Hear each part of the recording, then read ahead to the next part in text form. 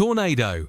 Big-time tornado, fully condensed in the corn. Debris flying everywhere. Rotating rain curtains. GPS says turn right. We said, that's content. But this wasn't just a chase. This was survival. The air was thick with humidity and the low growl of thunder as our convoy sat on the edge of the county road. Jake, my partner in the passenger seat, had his eyes glued to the tablet, a live radar feed painting a terrifying picture of red and purple. "Wow, that knob is still down there," I muttered, my foot hovering over the brake. A knob was chaser slang for a persistent, dangerous radar signature, a hook echo that hadn't weakened. The silence was a lie. The atmosphere was screaming. The first sign of the beast wasn't a funnel, but the way the rain bands in the distance seemed to bend and wrap. "That's going crazy down there," I said, my voice tight. Then we saw it, a dark, ominous wedge dropping from the mesocyclone. "That's a tornado." Jake let out a breath he'd been holding. "Oh yeah, that's content." The word content was professional jargon, but it tasted like adrenaline. This was the holy grail, the reason we spent our summers chasing storms across the plains. "There it is. Tornado. Big-time tornado. See it?" I yelled, my voice cracking with a mix of fear and pure, unadulterated excitement. "Yeah, I got it," Jake confirmed, already raising his camera. "Still going." The storm was a living, breathing entity. We saw a second rope-like funnel try to form. "It's trying to condense," I observed, watching the spinning column struggle to reach the ground. "That is spinning. Look at that go," Jake said, his voice full of awe. "Yeah, it's flying." The rain curtains on the backside of the storm were rotating violently, a sure sign of the powerful inflow. Suddenly, the massive wedge that had initially formed began to look menacing. "Look at the lowering right over the corn," I said.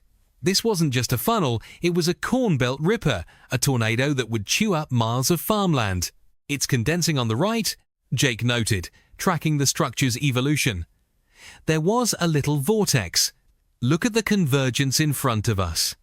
The wind shifted, and we could see the air itself warping as it was sucked into the beast's maw. Then the tornado warning alert blared from our phones. "Tornado warning, finally," I said, a hint of sarcasm in my voice. It was like the authorities were just catching up to what we'd been watching for the last 5 minutes. "There it is, fully condensed. Look in the middle." "Yeah, I got it," Jake boomed over the wind. "Fully condensed." That's when the scene turned from a spectacle into a nightmare. The tornado had planted itself, and the world around it was being torn apart. "This guy just stopped," I said, my panic rising. "Look to the right. Rotating rain curtains. There, they are going crazy in here. See it?" "Yes," Jake said, his voice suddenly focused. We were dangerously close. I gunned the engine, desperate to put some distance between us and the monstrous vortex. "At the next stop sign, turn right onto South Walnut Street, please." The GPS droned, a calm, monotone voice in the middle of chaos. But we weren't listening. We were watching the carnage unfold directly in front of us. The inflow was now carrying debris. "Debris flying everywhere on the left," I shouted. It wasn't just dust.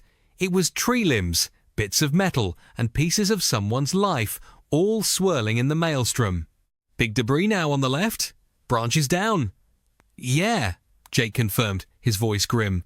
The tornado was a living, destroying god. And we were in its path. The GPS robotically continued. "At the next stop sign, turn right."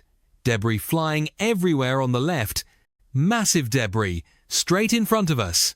I could feel the vehicle shudder as the winds intensified. The knob on the radar was no longer just a symbol, it was here, a brutal manifestation of nature's fury. The only path to safety was to drive due south, away from the notch of the storm and its corn belt ripper, and hope our escape route held. The content was no longer just a video, it was a survival story.